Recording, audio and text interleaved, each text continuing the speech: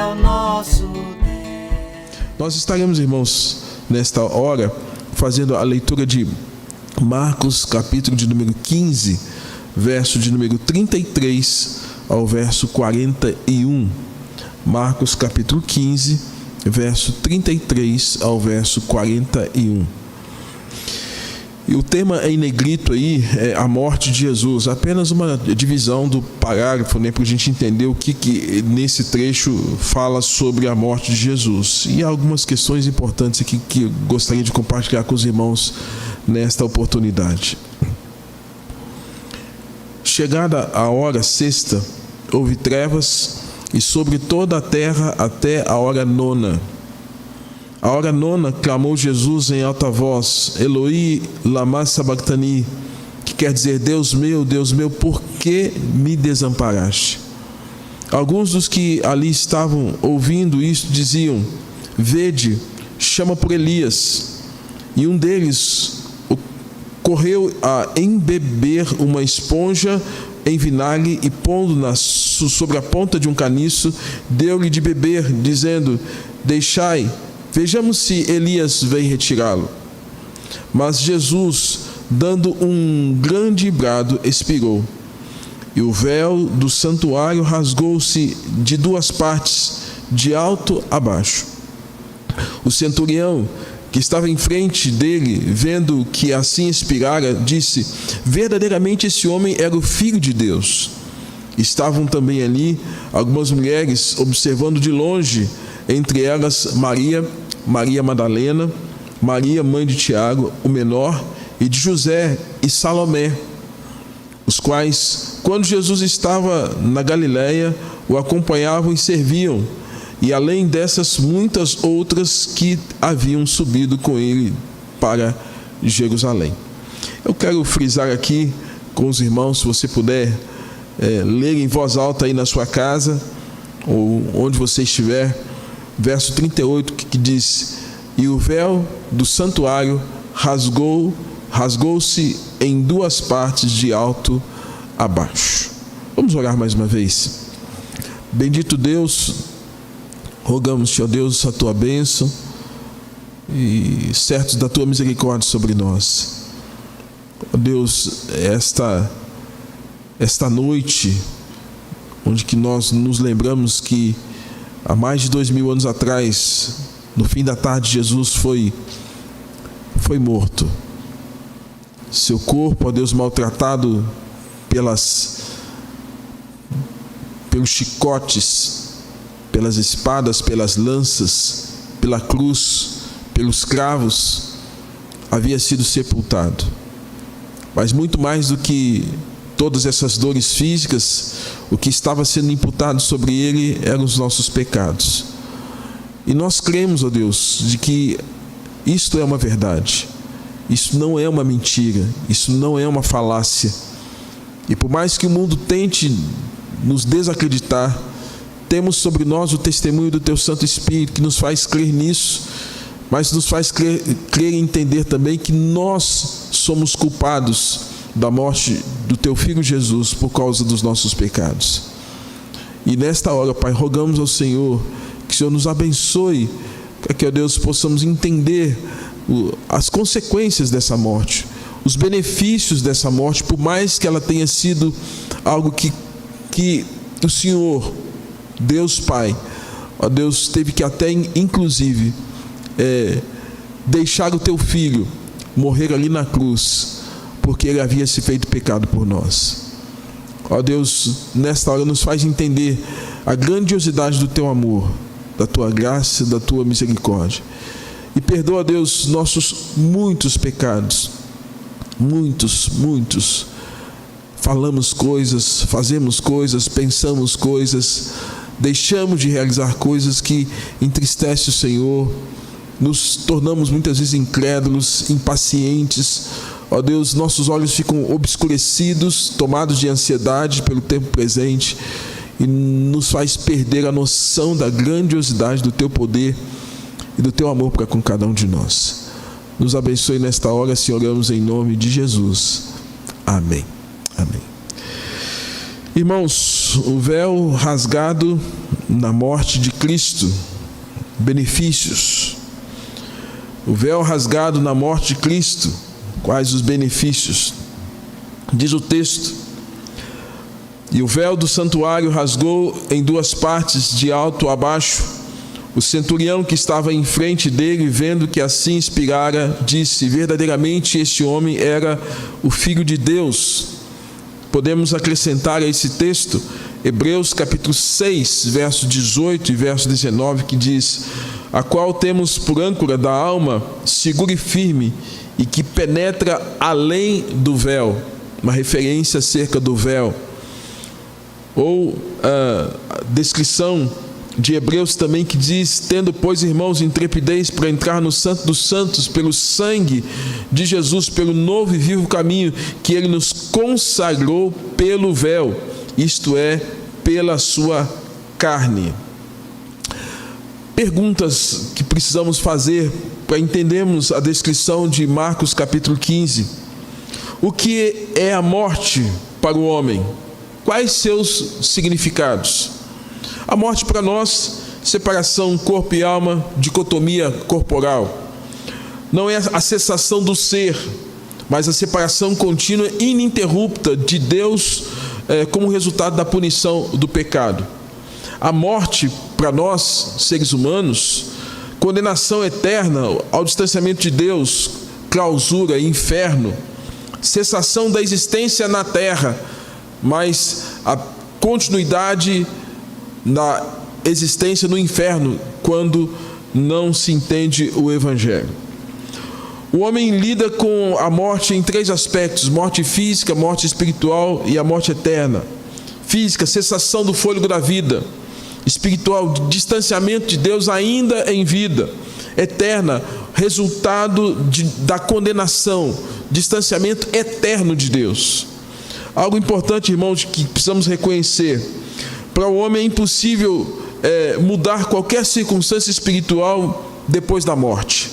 Alguns dias atrás, alguém me perguntou: pastor, será que a tal pessoa que morreu está intercedendo por nós lá nos céus? Eu disse: não. E o livro de Apocalipse fala assim, que aqueles que morrem no Senhor descansam das suas obras. O que aconteceu aqui acabou. Então não há nenhum tipo de intervenção daqui para lá e nem de lá para cá. É bom que se entenda isso. A morte, irmãos, é um grande inimigo. A Bíblia vai nos informar isso. A morte para o homem é sinal de derrota, de humilhação, de limitação, de afronta, visto que ela não se importa com sexo, com cor, condições sociais, nacionalidade, qualquer coisa assim. E temos visto isso bem claramente com a questão dessa pandemia. Ricos e pobres. É fato que talvez uma pessoa que tenha mais condições econômicas tenha mais recursos, acesso a medicamento, a médicos, e isso talvez ajude. Mas nessa pandemia nós estamos assistindo que muitas vezes o dinheiro não compra o remédio. Que a situação do vale da sombra, a sombra da morte chega e vem sobre pobres e ricos, intelectuais ou iletrados. Irmãos, essa é a realidade da morte para nós como seres humanos. Talvez você já tenha ouvido falar de Friedrich Nietzsche, um pensador que faz muito a cabeça de estudantes de universidades, de sociólogos, de filósofos. E Nietzsche, ele cunhou uma frase e um pensamento que ele defende a ideia de que Deus morreu na morte de Cristo. Que Deus morreu na morte de Cristo, ou seja, quando Jesus morreu, já que Jesus falava que Ele era Deus, Deus morreu quando Jesus morreu. E por isso muitos adentram ao ateísmo, uma vida sem a crença em Deus, sem a confiança em Deus, sem a dependência de Deus. Irmãos, as Escrituras nos ensinam que a morte de Cristo está relacionada com algumas circunstâncias muito especiais. E com isso eu quero frisar algumas palavras referidas no texto que para nós ajudam a que nós compreendamos o que significou a morte de Jesus. Ela tem o mesmo peso, as mesmas condições que a morte dos seres humanos? Gente, evidentemente que não. E uma das questões que precisamos identificar, irmãos, é que quando as Escrituras nos ensinam que o véu foi rasgado, o que significa o véu rasgado? Para quem conhece um pouquinho mais do Velho Testamento, vai se lembrar de que no contexto do tabernáculo e no contexto do templo depois construído por Salomão, havia entre o Santo dos Santos e o lugar santíssimo um espaço diferenciado, e havia uma separação com um véu. O véu era um tecido, uma cortina que fazia a separação entre o santo lugar e o santo dos santos, ou o lugar santíssimo, e isso no contexto do tabernáculo, erigido por Moisés, e também depois, nos dias de Salomão. Havia uma divisão em que não se podia entrar, pois a presença de Deus ali era representada pela Arca da Aliança. A Arca da Aliança, orientação que foi dada para Moisés, para que se construísse uma arca e nisso houvesse a representação, o significado da presença do próprio Deus. Vara de Arão, as tábuas da lei e os pães, como lembrança do cuidado de Deus, da correção de Deus, da provisão de Deus e da lei de Deus. Nesse lugar santíssimo, queridos, só Deus poderia estar ali e mais ninguém, porque era um lugar santíssimo. O que a Bíblia nos ensina é que na morte de Jesus, essa cortina, esse véu que separava a Arca da Aliança do lugar santíssimo, do santo lugar, ela foi rasgada em duas partes de alto a baixo, como se o véu fosse inteiriço.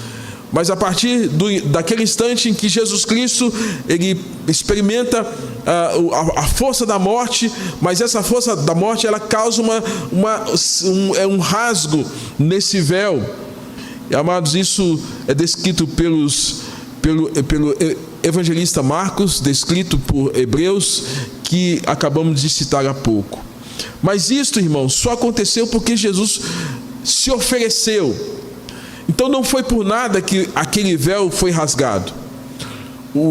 A grande importância de entendermos acerca desse véu rasgado é que Jesus Cristo se ofereceu, Ele se entregou para que pudesse ser essa ovelha muda que não abriu a boca diante dos seus malfeitores, e que todo o sofrimento que ele haveria de passar e como passou, e que é descrito pelo profeta Isaías no capítulo 53, que é descrito nos evangelhos Mateus, Marcos, Lucas, João um pouquinho menos, mas todos eles vão fazer uma referência acerca dessa entrega e o que implicou nessa entrega de Jesus.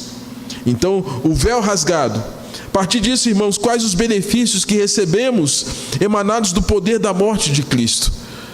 Quando esse véu é rasgado, e o véu rasgou em duas partes de alto a baixo.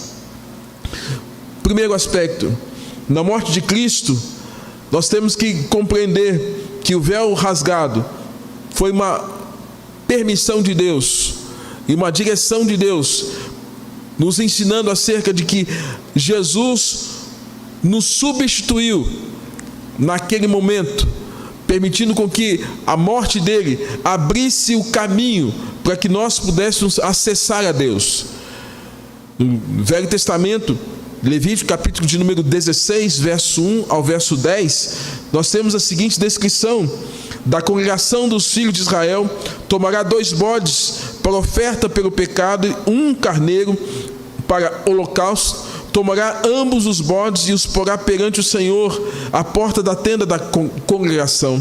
Lançará sorte sobre os 2 bodes, uma para o Senhor e a outra para o bode emissário.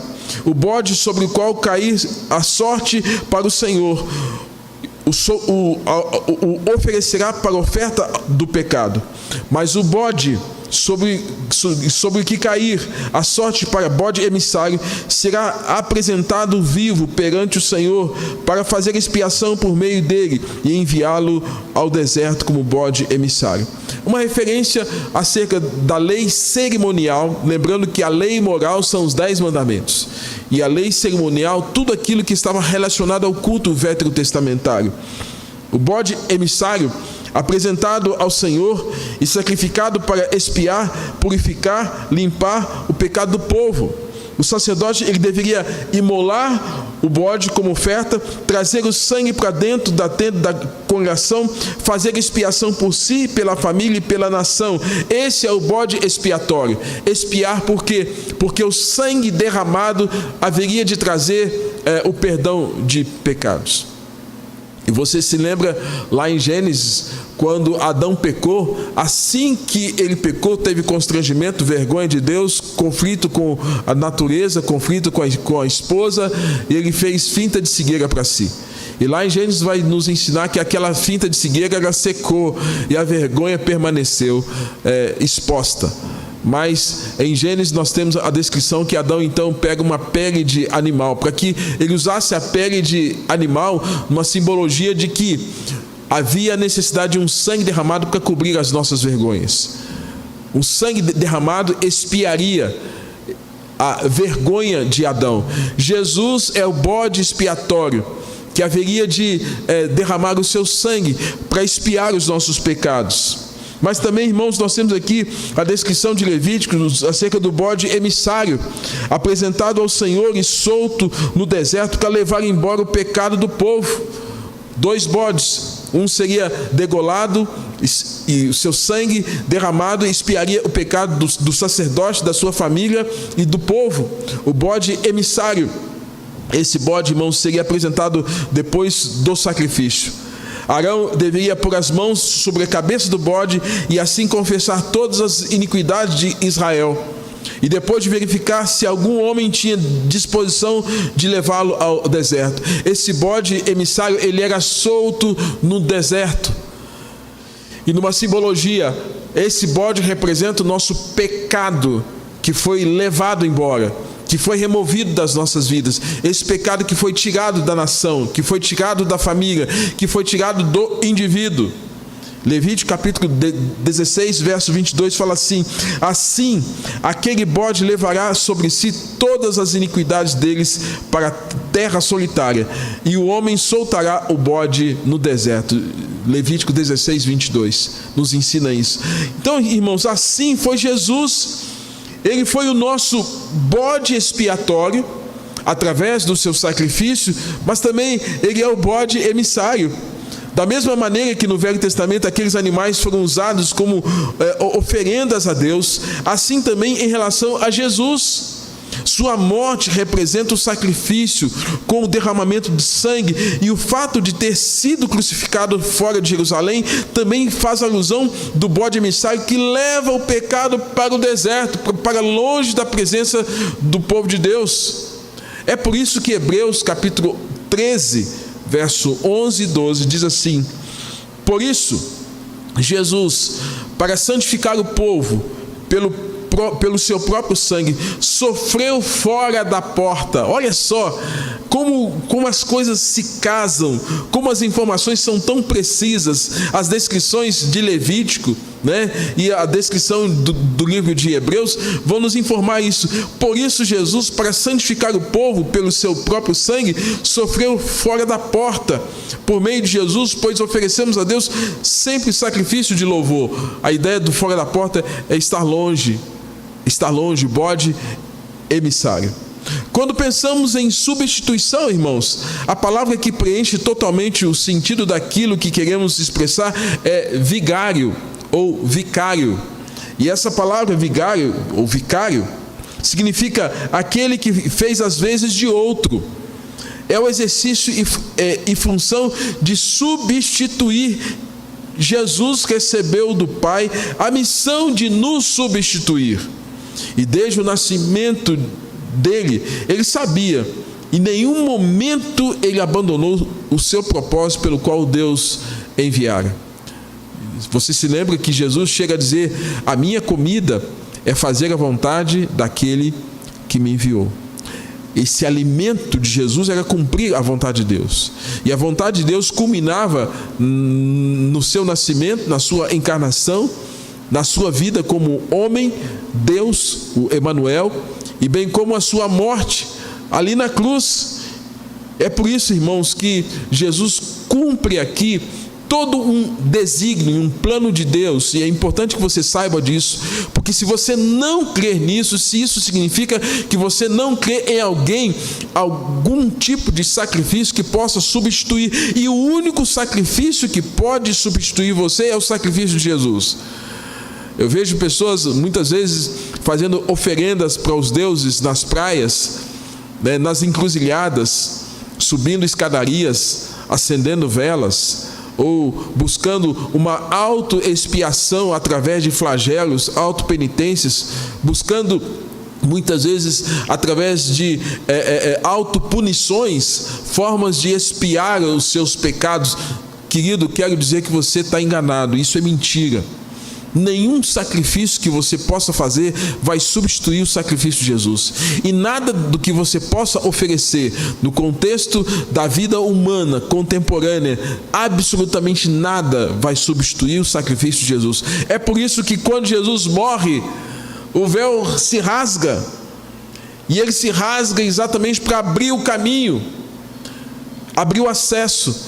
É por isso que o próprio Jesus fala: eu sou o caminho, a verdade e a vida, e ninguém, absolutamente ninguém, vem ao Pai senão por mim. Importante você crer nisso. E você, crente, você membro da nossa igreja aqui no Vale, você precisa crer nessa palavra, você precisa confiar nisso, e de que não é a nossa religiosidade que vai substituir o sacrifício de Jesus. Não é nada disso, é o quanto você crê nesse sacrifício que te aproxima de Deus e permite você ter acesso a Ele continuamente. É por isso que não há intermediário entre você e Deus. Não há nenhum tipo de mediador. O próprio Deus nos ensina por meio da palavra do apóstolo Paulo que só há um mediador entre Deus e os homens, e esse é Jesus de Nazaré, aquele que morreu na cruz por conta dos seus pecados. Segundo, na morte de Cristo, no véu rasgado, há um poder de restauração e salvação. Poder de restauração e salvação. Queridos, desde Gênesis capítulo 3, quando ocorre a introdução do pecado, que a Bíblia aponta para a restauração, era preciso então restaurar o quê? Primeiro, restaurar a comunhão do homem com Deus. Segundo, restaurar o relacionamento entre o homem e seu igual, Adão e Eva. Depois que o pecado foi introduzido, o casal entrou em beligerância, em conflito, em tensão. A culpa é sua, a culpa é sua. Precisava restaurar a harmonia entre o Criador e a criatura. Esse Deus que vinha na viração do dia para conversar com Adão, agora Adão está expulso daquele lugar chamado de paraíso, Éden. Algo vislumbrante, inimaginável. E agora essa comunhão quebrada precisava ser restaurada. Precisava restaurar a harmonia entre a criatura e a criação. Porque Deus colocou Adão ali, em Gênesis capítulo de número 1 e 2, naquele lugar no Éden, para cuidar e para regar a terra, para cultivar a terra e para trabalhar a terra. Aquela foi a nossa primeira igreja. Aquele foi o nosso primeiro jardim, a nossa primeira casa. Adão, sendo cabeça representativa da raça humana, ele faz isso, ele desobedece. E ao invés de cuidar e obedecer, ele desobedece. Agora precisa haver uma restauração dessa percepção de que é preciso cuidar da criação e não destruí-la.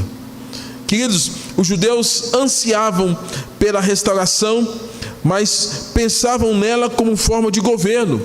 Quem sabe um pouquinho mais sobre a história dos judeus, acerca da promessa que é descrita desde praticamente Gênesis 3,15, que haveria de vir um descendente da mulher, e sempre é anunciado através dos patriarcas, dos reis, acerca do Messias. Os judeus, eles tinham essa esperança da restauração. Aqueles que creem e que creram em Cristo, esses têm de fato uma esperança gloriosa. Mas lamentavelmente muitos judeus ainda aguardam a vinda do Messias. Mas irmãos, eles aguardavam a restauração. Isaías profetiza 700 anos antes de Cristo, dizendo: capítulo de número, tal qual a descrição lá no capítulo 61 do livro do profeta, ele fala que o Espírito do Senhor ungiu para pregar restauração e dar vista aos cegos.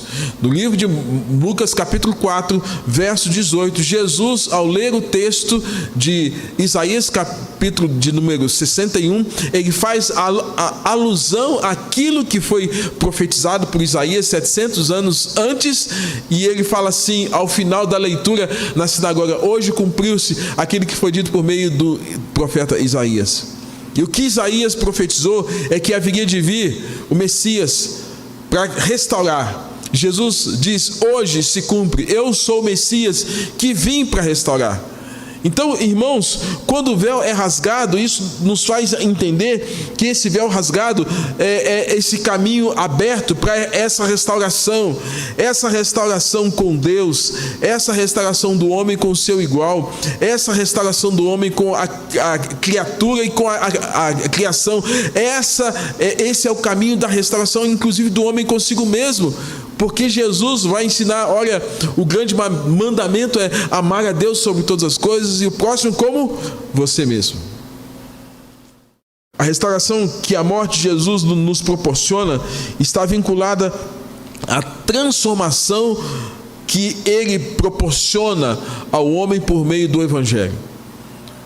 João capítulo 6, verso 47 fala: todo aquele que crê tem a vida eterna. É Jesus quem fala isso. E quando nós cremos nesse poder dessa morte, que não é como a nossa morte ela veio como consequência do pecado. Mas Jesus é aquele que se fez pecado por nós, mas ele não pecou e por isso ele teve condições de enfrentar as forças e os poderes da morte. E esse Jesus, irmãos, é aquele que nos oferece restauração. Então o véu rasgado é o caminho da restauração. E aí nós temos nos evangelhos restauração de homens como Zaqueu, restauração de homens como Lázaro, restauração de homens como Nicodemos, aquele mestre da lei que sabia de lei, mas não sabia de salvação. A restauração da mulher samaritana, aquela mulher que teve uma vida torpe, imoral. Restauração de Pedro, restauração daquela mulher adúltera de João capítulo de número 8, restauração de Paulo, aquele perseguidor, restauração de Tomé, o incrédulo.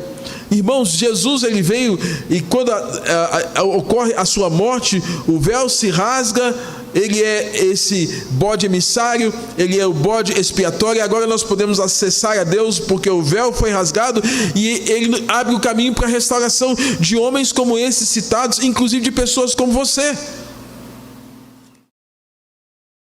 E quando ele abre o caminho da restauração, e a restauração ocorre por meio da sua justificação, quando nós cremos nele, nós somos justificados pela fé. E essa justificação significa que agora nós estamos declarados livres da condenação do pecado, porque ele se fez pecado por nós. Irmãos, é essa obra restauradora que está estritamente ligado à sua mediação, à nova aliança que as Escrituras nos ensinam, para que nós pudéssemos ser salvos e selados para a salvação. E o véu do santuário rasgou em duas partes, de alto a baixo. Ele morreu a nossa morte, como nós cantamos, para vivermos a sua vida. O poder da morte de Cristo, irmãos, significou também livramento da condenação. Em Mateus capítulo de número 23, verso 33, Jesus está se dirigindo aos escribas e fariseus e faz uma pergunta muito séria, muito contundente. Jesus pergunta aos escribas e fariseus: como escapareis da condenação do inferno? Como vocês vão escapar da condenação do inferno? Jesus sabia, irmãos, que a que fim o pecado trouxe a vida dos homens e dos anjos que caíram como Lúcifer. Daí a questão: como é que vocês vão escapar da condenação do inferno?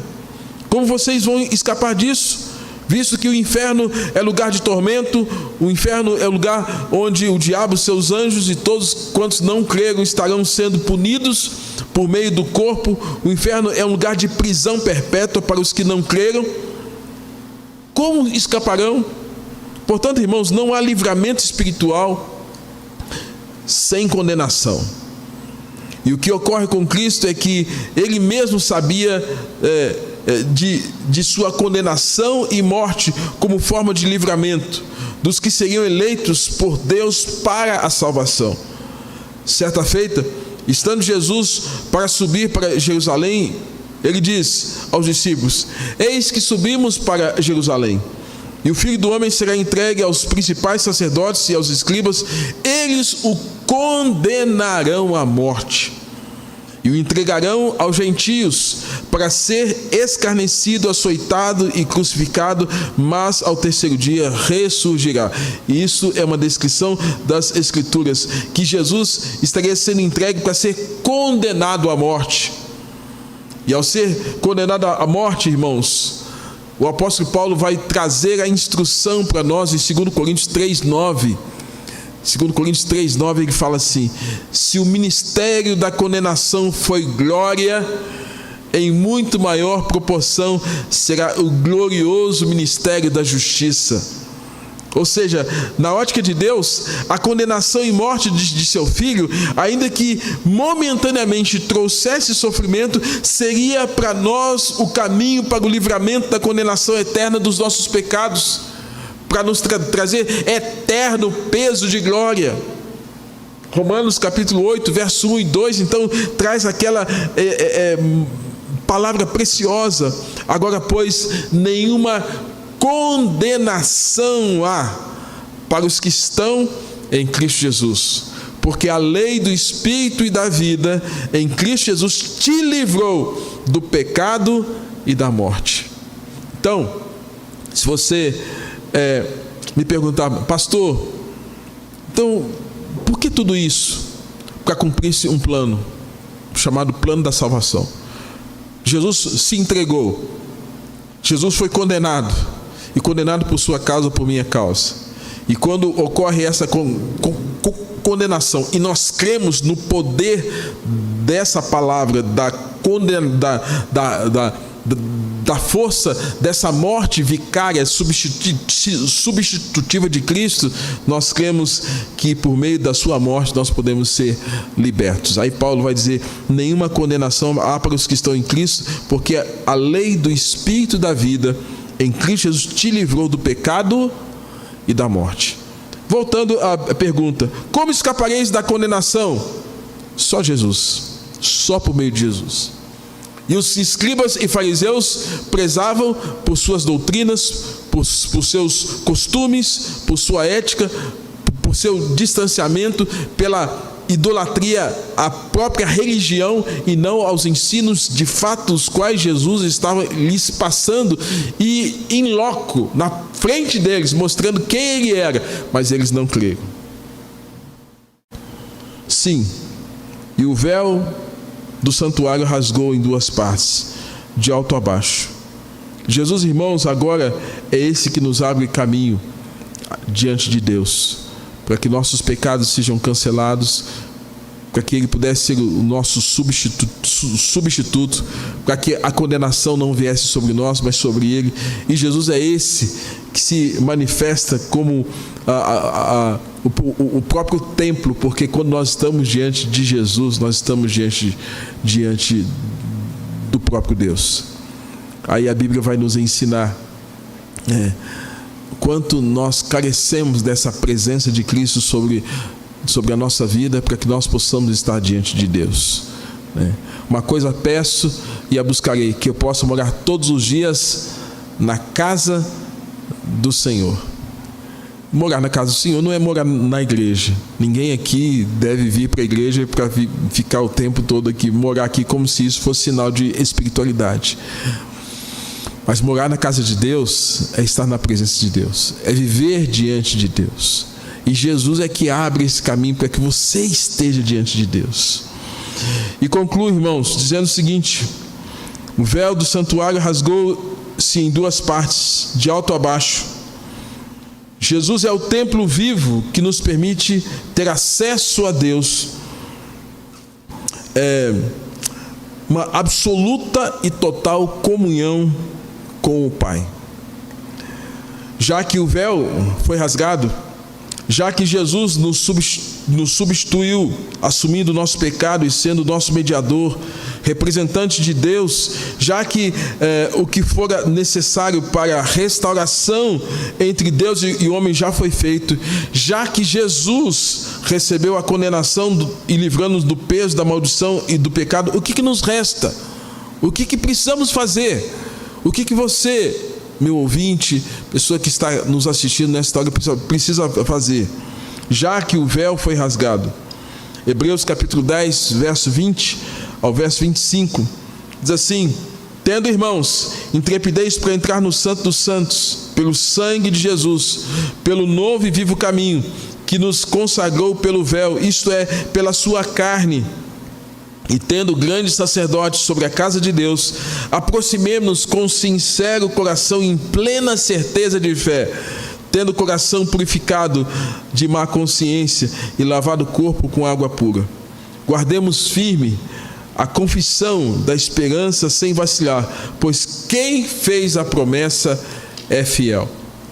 Ou seja, tendo sido o véu rasgado pelo poder da morte de Jesus, primeiro, Jesus nos substituiu com a sua morte. Segundo, Jesus nos restaura para vivermos uma comunhão com Deus e desfrutarmos da salvação. Terceiro, Jesus com sua morte nos livrou da condenação do pecado. E aí ele nos convida, então vamos nos aproximar com sincero coração diante de Deus, em plena certeza de fé, tendo o coração purificado de má consciência, lavado o corpo com água pela santidade que advém da obra do Espírito Santo. Guardemos firmes a confissão sem vacilar. Há uma declaração de fé que deve ser crida e vivida. Guardemos a confissão de fé sem vacilar, e considerar um ao outro, e estimular a fazer coisas boas, e não deixar de estar junto para celebrar o Cristo vivo. Nós precisamos nos lembrar da força e do poder da morte. Lamentavelmente, nos dias de hoje, estão querendo tirar a força de todas as datas as quais nós tentamos e temos ao longo de todos esses anos guardado. Natal, a Páscoa, que você não perca nenhum desses dias, em nenhum momento da sua vida, a força de lembrarmos do nascimento de Jesus, da encarnação do Verbo, bem como da sua morte, da sua ressurreição e da promessa que ele faz para nós, e que Paulo vai dizer depois em Coríntios 2:9: nem olhos viram, nem ouvidos ouviram, nem jamais penetrou no coração humano que Deus tem preparado para aqueles que o amam. Que Deus nos abençoe. Vamos orar.